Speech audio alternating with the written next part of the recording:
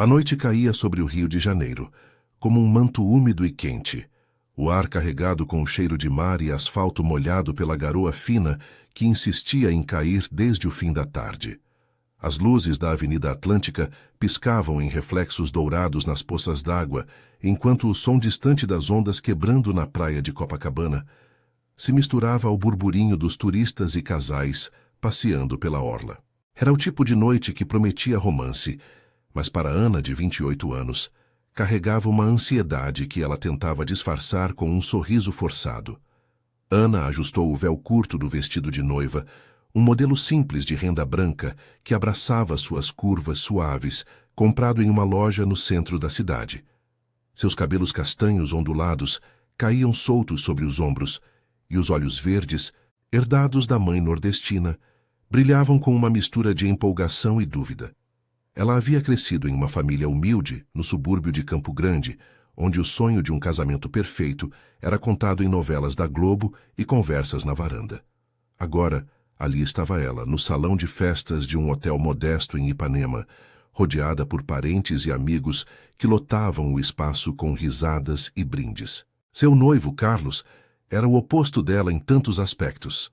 Alto, de pele morena e sorriso fácil, ele trabalhava como engenheiro em uma construtora no bairro de Botafogo. Aos 32 anos, Carlos representava a estabilidade que Ana tanto almejava após anos de bicos como recepcionista em um call center e aulas particulares de inglês. Eles se conheceram há 2 anos em uma festa de Réveillon, na praia de Botafogo, quando ele a salvou de um assalto com uma conversa animada que a distraiu do perigo. Desde então, o relacionamento fluía como as marés, intenso, mas com calmarias que Ana atribuía ao cansaço da rotina. "Você está linda, filha", disse a mãe de Ana, Dona Maria, apertando sua mão com unhas pintadas de vermelho. Aos 50 anos, com rugas marcadas pelo sol carioca e um corpete apertado no vestido florido, ela chorava baixinho enquanto arrumava o buquê de margaridas nas mãos da filha. "O Carlos é um homem de sorte. Não esquece de ser feliz, hein?" Ana assentiu, sentindo um aperto no peito. A felicidade parecia tão próxima, mas ultimamente Carlos estava distante. Ele chegava tarde do trabalho, alegando reuniões intermináveis, e as noites de conversa fiada davam lugar a silêncios desconfortáveis no apartamento alugado em Laranjeiras. "É o estresse da obra no Maracanã", ele dizia, beijando sua testa. Ana queria acreditar, mas as noites em claro a faziam questionar se o amor era suficiente para sustentar tudo. A cerimônia foi simples, celebrada por um juiz de paz em um cantinho do salão decorado com flores tropicais e luzes de LED. Os votos foram trocados sob aplausos, com Carlos prometendo cuidar de você como o sol cuida da praia.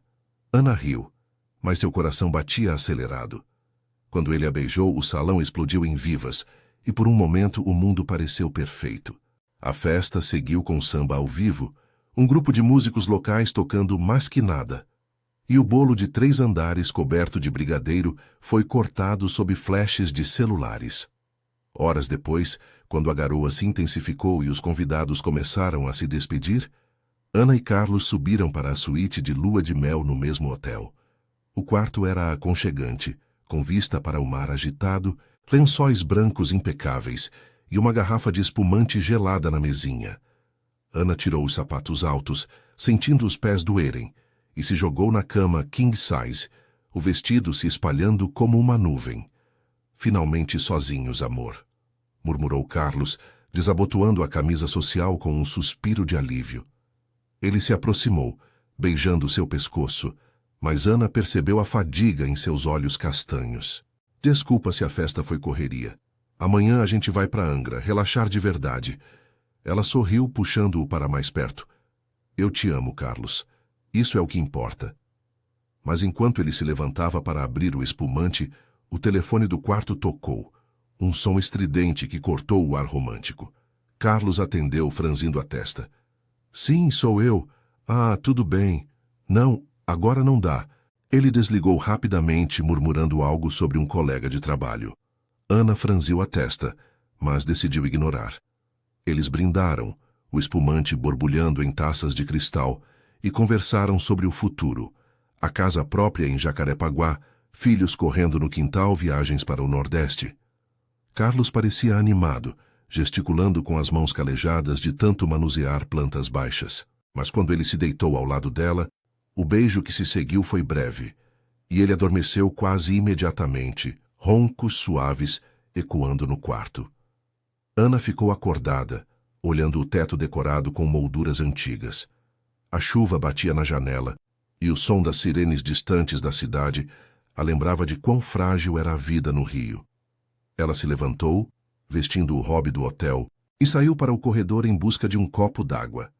O elevador desceu silenciosamente até o lobby, iluminado por lustres dourados e o balcão de recepção vazio, exceto por uma mulher de meia idade com cabelos presos em um coque apertado. "Boa noite, senhora", disse a recepcionista, uma morena de óculos finos e uniforme impecável. Seu nome, segundo a plaquinha, era Sandra. "Precisa de algo? Chá? Talvez? É comum depois de uma noite como essa." Ana sorriu surpresa com a gentileza. "Só um copo d'água, por favor. E obrigada pela suíte. Está linda." Sandra encheu o copo de uma jarra, mas hesitou antes de entregá-lo. Seus olhos castanhos e cansados fixaram-se em Ana com uma expressão que misturava pena e urgência. "Senhora, Ana, né? Eu vi o registro. Posso ser direta?" "Seu marido, o Carlos. Ele já esteve aqui antes." Ana congelou, o copo tremendo em sua mão. "O quê? Como assim?" A recepcionista baixou a voz, olhando ao redor para garantir que ninguém ouvisse. O lobby estava vazio, exceto pelo zelador varrendo o chão de mármore. "Semana passada, na verdade. Ele reservou uma suíte igual a de vocês. Veio com outra mulher. Uma loira, alta, com sotaque paulista. Eles passaram a noite toda aqui. Eu não queria me meter, mas é sua noite de núpcias. Você merece saber." O mundo de Ana girou. A água escorreu de suas mãos, molhando o hobby. Seu coração martelava como o samba da festa, mas agora era um ritmo de pânico. Carlos, com outra, as noites distantes, as desculpas. Tudo fazia sentido agora, como peças de um quebra-cabeça cruel. Ela engoliu em seco, lágrimas quentes brotando nos olhos. "Você tem certeza? Meu Deus." Sandra assentiu, estendendo um lenço de papel. "Eu vi o rosto dele no check-in de hoje. Desculpa, mas segredos assim destroem casamentos. O que você vai fazer?" Ana não respondeu. Seus pensamentos corriam como a chuva lá fora, questionando cada momento dos últimos 2 anos. Ela precisava confrontá-lo, mas o medo a paralisava. Subindo de volta ao quarto, o elevador parecia um túmulo, e o som da chuva agora era um lamento. Ao abrir a porta, Carlos dormia profundamente, alheio ao furacão que se formava. Ana sentou-se na beira da cama, o copo vazio na mão, e pela primeira vez naquela noite, sentiu o peso da realidade cair sobre ela como a garoa incessante da cidade. A chuva havia se transformado em um temporal furioso, batendo contra as janelas da suíte, como se o céu carioca estivesse chorando junto com Ana. O quarto, que horas antes parecia um refúgio de luxo com suas paredes bege e o aroma de lavanda dos lençóis, agora se fechava ao redor dela como uma prisão. Ana sentou-se na poltrona de couro ao lado da cama, os joelhos colados ao peito, o hobby úmido grudando na pele. Seus olhos fixavam o peito de Carlos subindo e descendo em um ritmo calmo, inocente, enquanto sua mente repassava as palavras de Sandra como um disco riscado. Ele veio com outra mulher, uma loira alta com sotaque paulista. Como poderia ser verdade? Carlos, o homem que a fazia rir com piadas ruins sobre o trânsito da linha vermelha, que a levava para comer pastel na feira de São Cristóvão aos domingos. Mas as peças se encaixavam. As mensagens no celular que ele deletava rápido demais, as reuniões que duravam até madrugada, o jeito como ele evitava olhares profundos nos últimos meses. Ana sentiu um nó na garganta, as lágrimas escorrendo silenciosas pelo rosto. O relógio na parede marcava 2 da manhã, e o som distante de trovões ecoava pela Avenida Vieira Souto, misturando-se ao ronco suave do marido. Marido. A palavra soava amarga agora. Ela se levantou devagar, os pés descalços tocando o tapete felpudo, e caminhou até a varanda envidraçada. A vista para Ipanema era borrada pela água escorrendo no vidro. As luzes dos prédios altos tremulando como estrelas caídas. O mar negro e agitado engolindo a areia da praia. O ar úmido entrava pelas frestas, carregado de sal e ozônio, um cheiro que Ana associava a noites de insônia em sua infância, quando ouvia o pai brigando com a mãe por dinheiro curto. Não vou ser como eles, prometeu a si mesma apertando os punhos, mas o medo a consumia. E se confrontá-lo destruísse tudo? E se Sandra estivesse errada? O telefone do quarto tocou novamente, um toque agudo que a fez pular.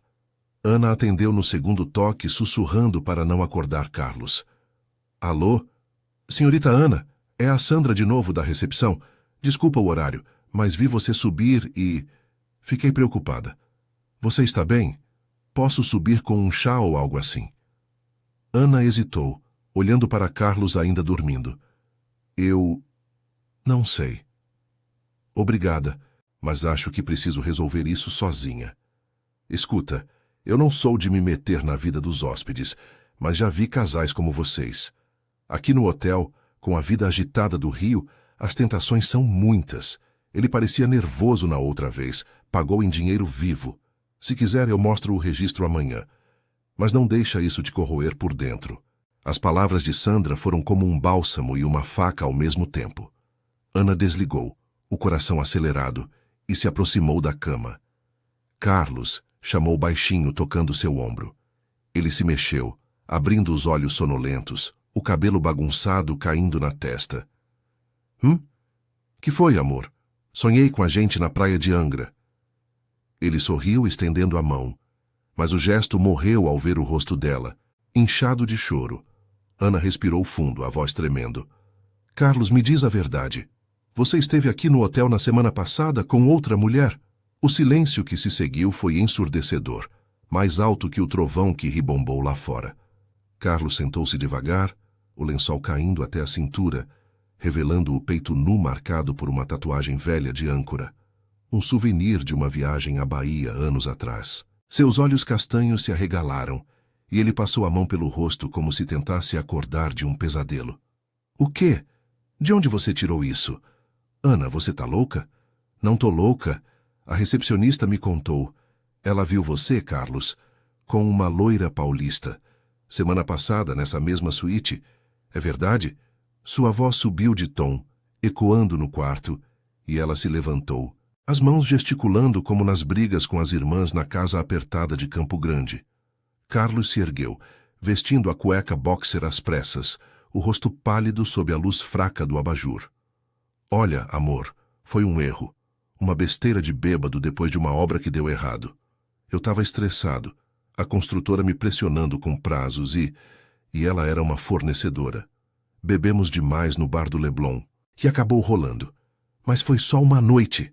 Eu te amo, Ana, isso não muda nada. Não muda nada? É nossa noite de núpcias, Carlos.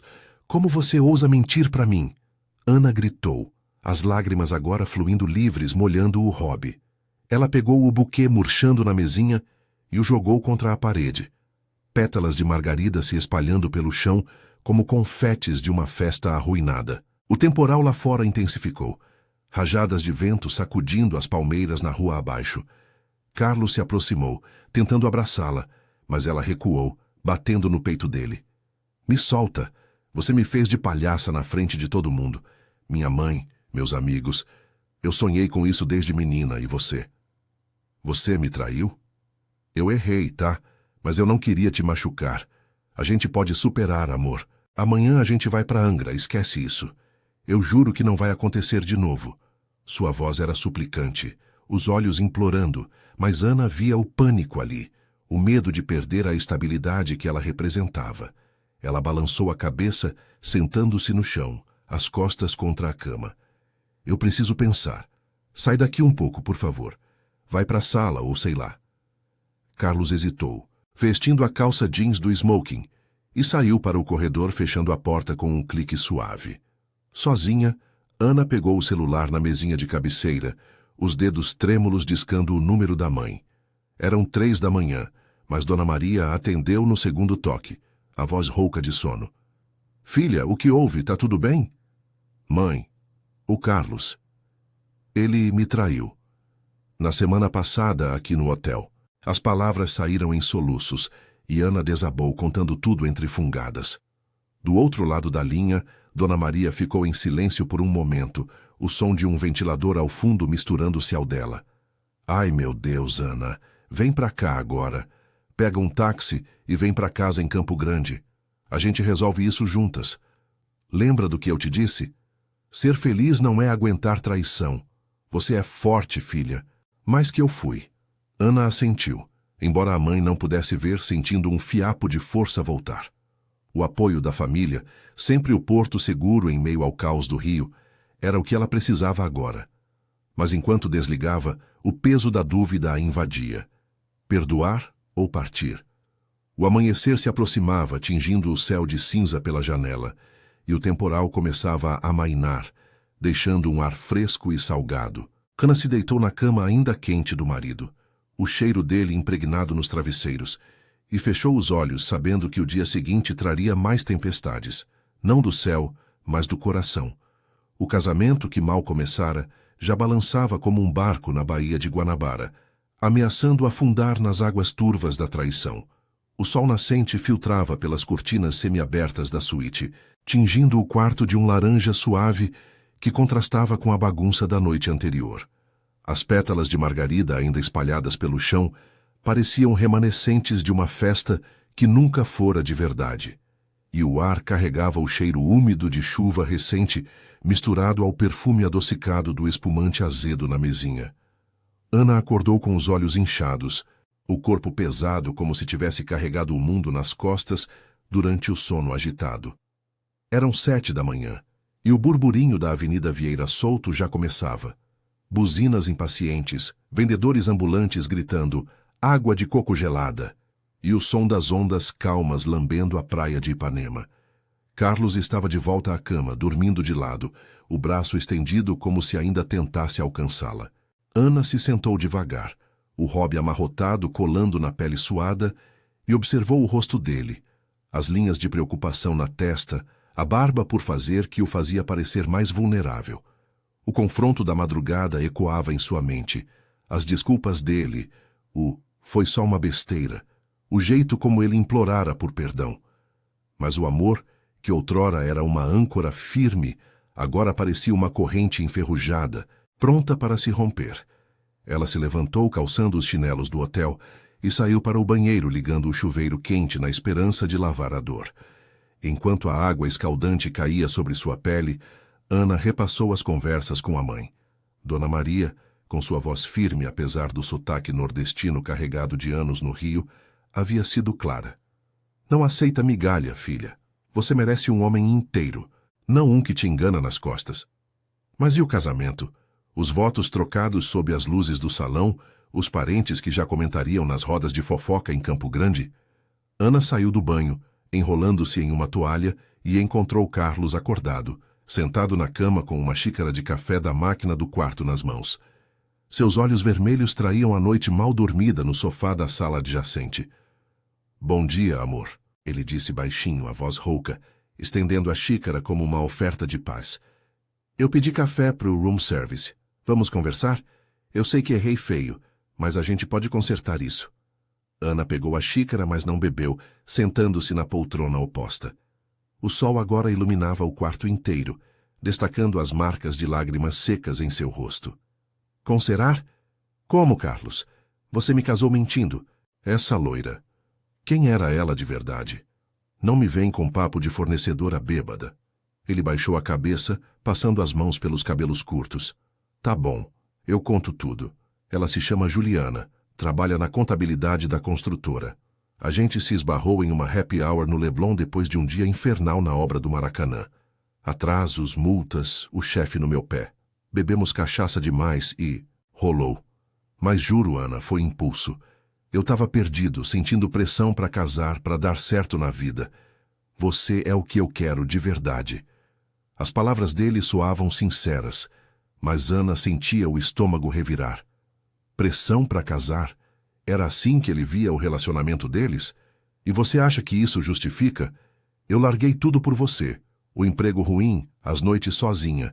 E agora, na nossa lua de mel, eu descubro isso por uma recepcionista? Eu preciso de ar, Carlos. Não vou para Angra hoje. Vou descer pro lobby, pensar. Ele se levantou, vestindo a camisa do dia anterior, o rosto suplicante. Não faz isso, amor. Fala com a minha mãe. Ela sabe que eu te amo. Ou liga para tua amiga Luana, ela vai te dizer para me dar uma chance. A gente construiu tanto juntos. Ana ignorou, vestindo um short jeans e uma blusa leve de algodão, os cabelos ainda úmidos caindo nas costas. Desceu pelo elevador, o coração batendo forte contra as costelas, e o lobby do hotel agora fervilhava com hóspedes matinais, casais com malas, um grupo de turistas europeus pedindo mapas da cidade. Sandra estava no balcão arrumando papéis e ergueu os olhos ao vê-la, o coque impecável contrastando com a expressão preocupada. Bom dia, senhora Ana. Dormiu bem? Perguntou baixinho, acenando para que ela se aproximasse. Ana se encostou no balcão de mármore frio, o cheiro de café fresco do buffet ao lado, misturando-se ao sal marinho que entrava pela porta giratória. Não, Sandra, nada bem. O Carlos admitiu tudo. Foi com uma tal de Juliana, da construtora dele. Mas, por quê? Eu preciso entender mais. Você viu algo que possa me ajudar? A recepcionista hesitou, olhando ao redor para o porteiro ocupado com bagagens. Eu não devia, mas... Olha, quando eles check-in na semana passada, ela ria alto, chamava ele de meu engenheiro safado. Pagaram em dinheiro, o que é estranho para a suíte de luxo, e no dia seguinte saíram cedo, ela com uma mala de viagem. Pareciam cúmplices, sabe? Como se não fosse a primeira vez. Desculpa, mas você parece uma moça boa. Aqui no Rio, o hotel vê de tudo.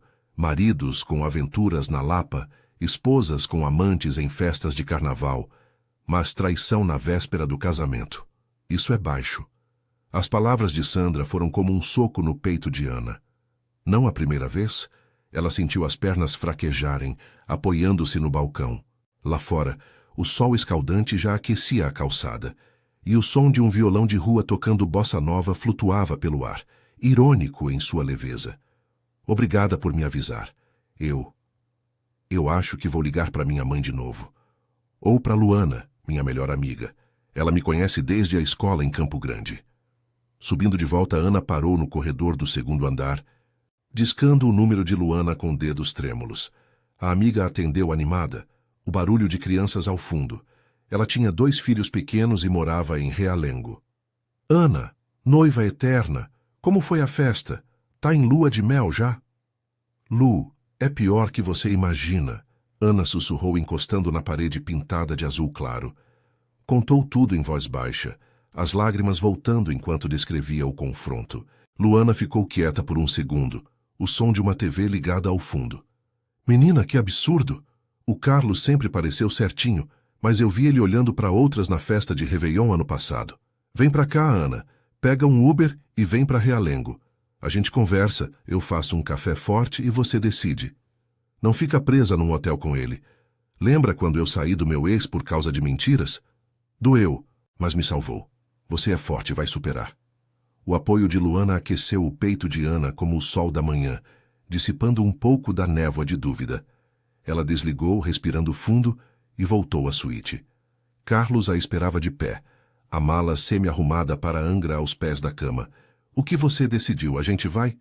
Não, Carlos, eu vou para a casa da Luana, em Realengo. Preciso de espaço para pensar no nosso casamento. Se é que ele ainda existe. Você fica aqui ou vai para o teu apartamento em Botafogo. Mas não me pressiona mais hoje. Ele se aproximou, os olhos marejados, tocando seu braço. Ana, por favor, eu mudo, eu faço terapia, o que for. Não acaba assim logo depois do sim. Ela recuou, pegando sua bolsa com o vestido de noiva dobrado dentro. Talvez não acabe, mas não começa com mentiras. Me dá tempo. Saiu do quarto, o elevador descendo como um adeus. E no lobby, Sandra acenou discretamente, um gesto de solidariedade. Do lado de fora, o ar quente do rio a envolveu, o trânsito caótico da Vieira Solto, espelhando o tumulto em seu coração. Ana chamou um Uber, o app piscando no celular, e enquanto esperava na calçada, Olhando as palmeiras balançando ao vento leve, sentiu um vislumbre de força crescer. A traição era um obstáculo cruel, mas o apoio da família e amigas era a rede que a impediria de cair. O carro chegou e ela entrou, o rio passando em borrões pela janela. Prédios altos, grafites nas paredes, a vida pulsando apesar de tudo.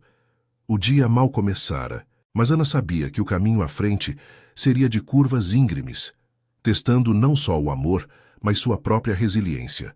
O Uber serpenteava pelo trânsito caótico do Rio de Janeiro, cortando da Zona Sul para a Zona Oeste, como uma flecha em meio ao engarrafamento da Avenida Brasil. O sol da manhã já queimava o asfalto, transformando o ar em uma sopa quente e pegajosa, com o cheiro de fumaça de escapamento, misturando-se ao aroma de quitutes de barracas de rua. Coxinha frita e pastel de queijo, vendidos por vendedores ambulantes que acenavam para os carros parados. Ana encostava a testa no vidro frio da janela, os olhos vidrados nos grafites desbotados nas paredes de concreto dos morros, enquanto o motorista, um homem de meia idade com rádio sintonizado em uma estação de samba, tagarelava sobre o calor. Hoje vai bater 35 graus, moça. O Rio não perdoa, né? Ela mal respondia, o celular vibrando no colo com mensagens de Carlos. Me liga, por favor. Eu te amo. Não some assim. Mas Ana o silenciou, o peito apertado como se uma mão invisível o esmagasse. Realengo surgia à frente, um bairro operário com ruas estreitas, ladeadas por casas baixas de tijolo aparente, crianças correndo atrás de uma bola de futebol improvisada e o som de funk ecoando de uma janela aberta. O carro parou em frente a uma residência simples de 2 andares, com portão de ferro enferrujado e um vaso de samambaias pendurado na varanda. Luana já esperava na porta, os cabelos cacheados presos em um rabo de cavalo bagunçado, vestindo um short folgado e uma camiseta velha do Flamengo, o rosto marcado por olheiras de noites curtas com os filhos. Ana, meu Deus, entra, entra, disse Luana, puxando-a para um abraço apertado que cheirava a sabão de coco e café fresco. A casa era acolhedora, apesar da bagunça. Brinquedos espalhados pelo chão de cerâmica vermelha, uma TV ligada no desenho animado na sala de paredes pintadas de amarelo desbotado e o aroma de pão na chapa vindo da cozinha. Os 2 filhos de Luana, de 4 e 6 anos, espiavam curiosos de trás do sofá, mas a amiga os mandou para o quintal com um "vão brincar que a titia Ana precisa de paz". Elas se sentaram à mesa da cozinha, uma peça de madeira lascada com cadeiras de plástico, e Luana serviu café preto forte em xícaras rachadas, acompanhado de pão com manteiga. O ventilador de teto girava preguiçosamente, lutando contra o calor que entrava pela janela aberta, onde se via o muro alto de um vizinho grafitado com paz no morro. Ana desabafou tudo de novo, a voz entrecortada por soluços, o confronto no quarto, as desculpas vazias de Carlos, as revelações de Sandra sobre não ser a primeira vez. Eu me sinto uma idiota, Lu. 2 anos sonhando com isso. E na primeira noite, bum, traição.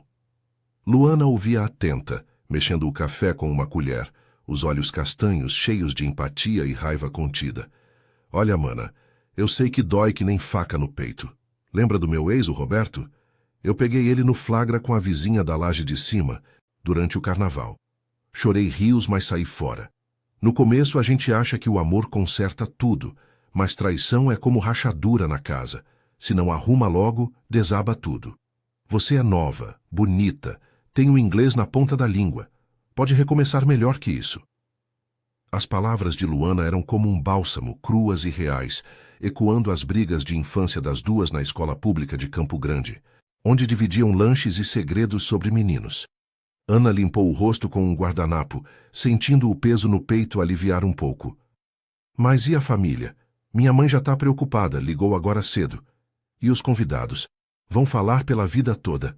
A noiva que descobriu na lua de mel. Que falem. O Rio é assim, cheio de fofoca na feira, no busão, mas a vida é tua, não deles. Liga para Dona Maria, fala com ela. E o Carlos? Deixa ele cozinhar no próprio molho por enquanto. Luana apertou sua mão, as unhas curtas e sem esmalte, contrastando com as de Ana, ainda com resquícios do manicure da véspera do casamento. O telefone tocou então. Era Dona Maria, a voz ofegante do outro lado da linha, provavelmente na cozinha apertada de Campo Grande, com o rádio da Rádio Nacional ao fundo. Filha, onde você tá? Eu tô aqui rezando pro santo, mas não pro teu casamento se ele for de mentira. Vem pra cá à tarde, a gente faz um arroz com pequi e conversa direito. Não fica sozinha com isso. Ana assentiu, prometendo ir, e desligou com um suspiro. O apoio das duas mulheres, a mãe com sua sabedoria de quem aguentara um casamento ruim por décadas, e Luana com a franqueza de quem reconstruíra a vida após o divórcio, era a âncora que a impedia de afundar. Elas passaram a manhã ali, Luana contando histórias leves para distrair, as peripécias dos filhos na creche municipal, os planos de abrir uma manicure em casa. O sol subia alto, o calor tornando o ar denso, mas pela primeira vez desde a noite anterior, Ana riu de verdade, um riso tímido que aliviava a tensão nos ombros.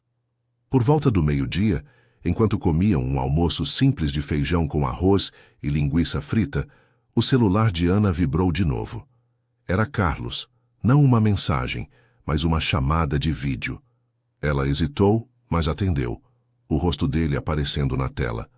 Desgrenhado, no apartamento em Botafogo, com a vista da Bahia ao fundo e o som de sirenes distantes.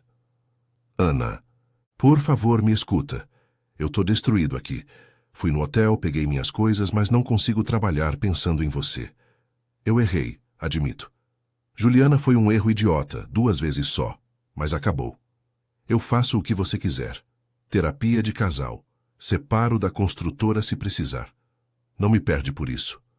Ana o encarou pela tela, o coração dividido entre raiva e o resquício de afeto que 2 anos não apagavam de uma hora para outra. Luana, ao lado, balançou a cabeça em negação, sussurrando, não cede agora. Carlos, eu preciso de tempo, verdadeiro tempo, não desculpas. Você me traiu na cara dura e isso machuca mais que qualquer coisa. Vou para casa da minha mãe hoje e a gente conversa com calma, talvez com um advogado ou conselheiro. Mas se for para ficar, tem que ser de verdade, sem mentiras. Ele assentiu freneticamente, os olhos vermelhos. Tá bom, amor. Eu espero. Te amo. A chamada terminou, e Ana sentiu um misto de alívio e tristeza, como se estivesse no olho do furacão. Calma aparente antes da próxima rajada. À tarde, Ana pegou um ônibus lotado para Campo Grande, o cheiro de suor e perfume barato, preenchendo o ar abafado. Enquanto o veículo chacoalhava pelas ruas irregulares, Dona Maria a recebeu com um abraço que cheirava a incenso e panela de pressão, e juntas, na varanda com vista para o quintal de árvores frutíferas, elas conversaram até o entardecer. O sol poente tingia o céu de laranja e roxo, as luzes da favela vizinha piscando como estrelas precoces, e o som de um pagode distante misturando-se ao canto dos pássaros. Filha, o casamento é como o rio, bonito por fora, mas com tempestades que testam a gente, disse Dona Maria, servindo suco de caju gelado. Eu aguentei teu pai por vocês, mas você não precisa. Seja forte como eu te ensinei nas noites sem luz, contando histórias para esquecer a fome. Ana absorvia as palavras, sentindo o crescimento brotar como uma semente no solo fértil da dor. A traição era o obstáculo mais cruel, mas o apoio da mãe e de Luana a impulsionava para a frente, transformando a vítima em alguém que escolhia o próprio caminho. Naquela noite, deitada na cama de solteiro da juventude, com o ventilador zumbindo e o barulho da rua como trilha sonora, Ana soube que o futuro não seria fácil, divórcio talvez, ou uma reconstrução árdua, mas pela primeira vez via luz no horizonte. O rio, com sua garoa imprevisível e seu pulsar incessante, ensinara-a que a resiliência era o maior amor de todos, o que se dá a si mesma.